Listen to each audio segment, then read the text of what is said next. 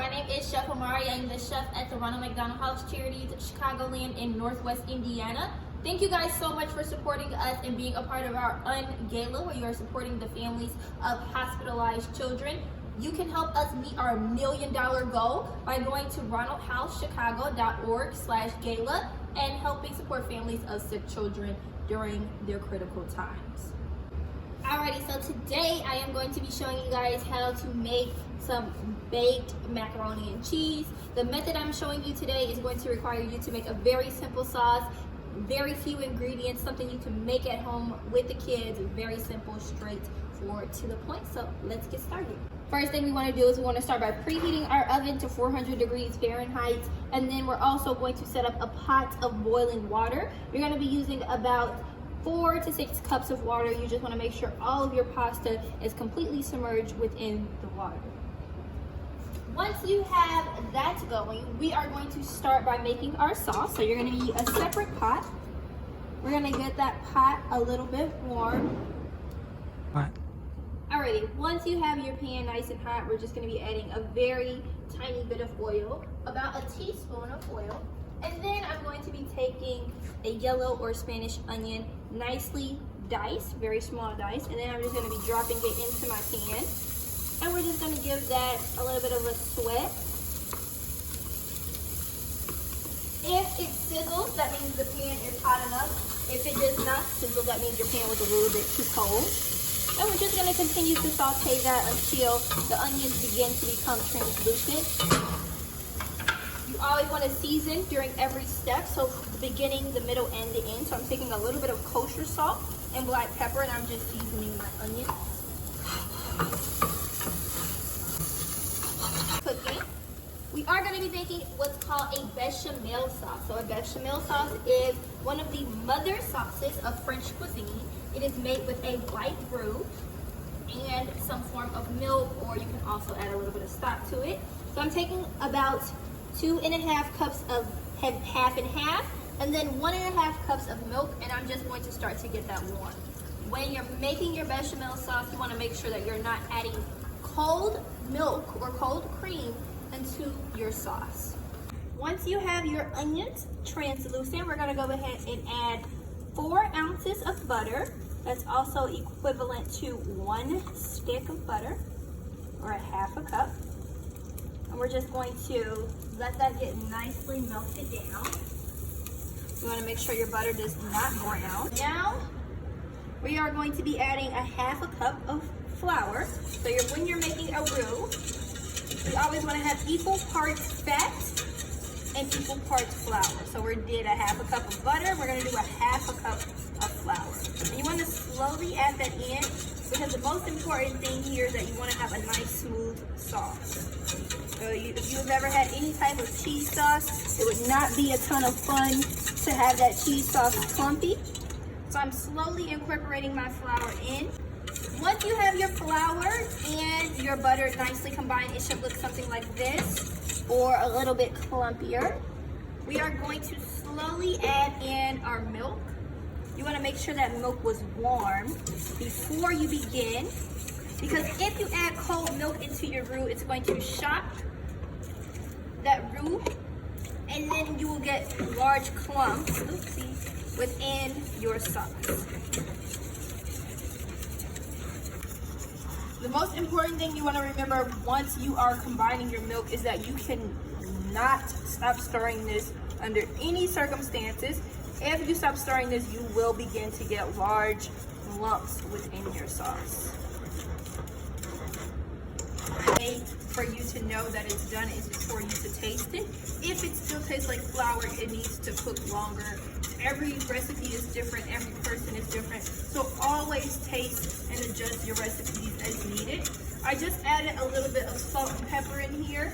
Typically when you are making a white sauce, you want to use what's called white pepper, so that it actually does not change the color. I also added a little bit of paprika and red pepper chili flakes because I love spice. So we're going to be incorporating a little bit of spice into this macaroni. You can feel free to leave that out if you're making this for kids or someone that doesn't like spice. Your sauce should not be thick just yet. It's been cooking about 5 minutes. You will start to feel it get thick at the bottom, you want to make sure you're stirring all around, just so nothing sticks to the bottom and you don't have any clumps or lumps. You are going to need some cheese. You can use really whatever kind of cheese you have in your home. Today I'm going to be using some Munster cheese, mild cheddar, pepper jack, a little bit of Gruyere, Asiago, and mozzarella. You can use cheddar cheese, mild cheddar cheese, Monterey Jack, cheddar jack, Colby jack. Now that you think your macaroni is done, what you want to do is you want to always taste it.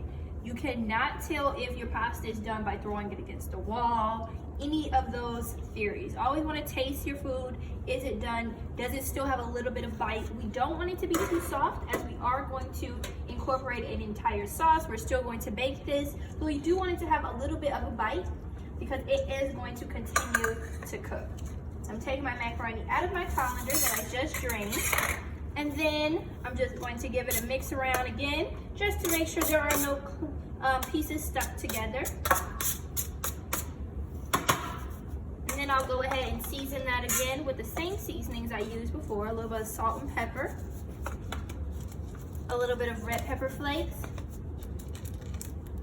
paprika, and some garlic powder.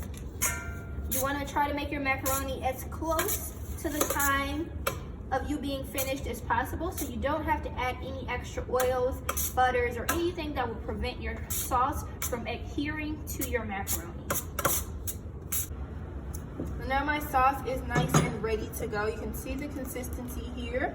You don't have any clumps. It's nice and smooth. It's the consistency of a thin soup. I'm gonna go ahead and taste it just for seasoning, flavor aspect.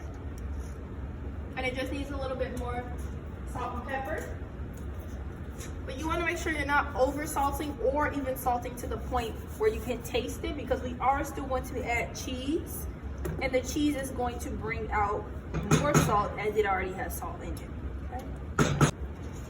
Now I have all my cheeses mixed together.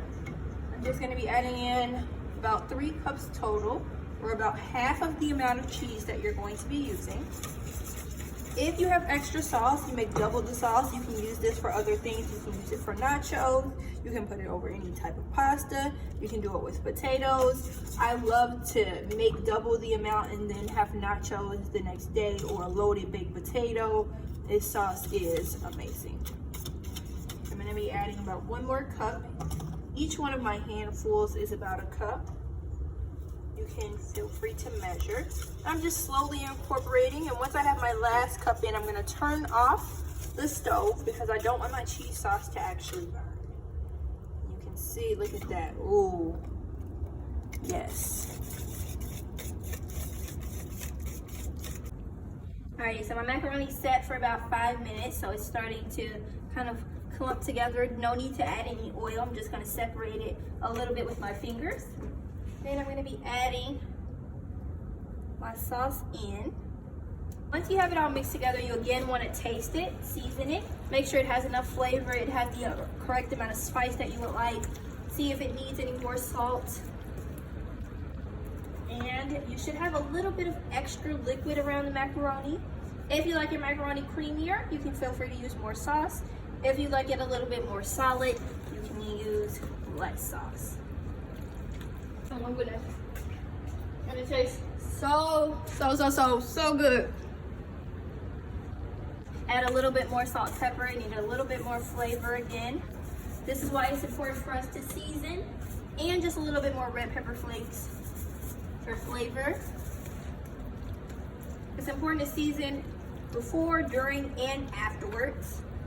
And then you always change the seasonings to fit your family, your taste buds, and your home. Once I have all of my sauce combined, I'm gonna go ahead and add a little bit more cheese inside of the macaroni and cheese. I like to create pockets of cheese within my macaroni. So I don't like it completely incorporated, just little pockets. So kind of each scoop will have a little pocket of cheese that will just pull out. And then I'm gonna be adding more cheese on top. Okay, stop. Alrighty, so now my macaroni is all made up. I topped it with some cheese.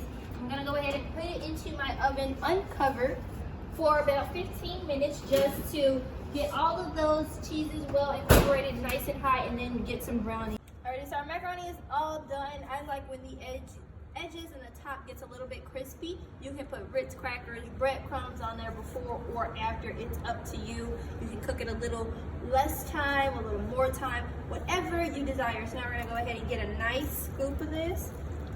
Oh my goodness, look at that. Can you see that? Do you see the cheese? And then you got that perfect crispness on top. And this is why I don't use any form of Ritz crackers. Oh, it's beautiful. We'll make one more for our production.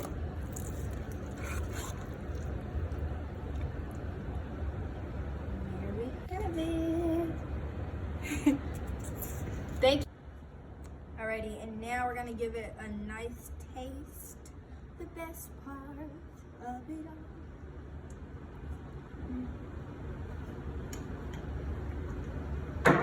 It tastes like home. Help our families feel at home by going to ronaldhousechicago.org/gala and helping us get to our goal of $1 million.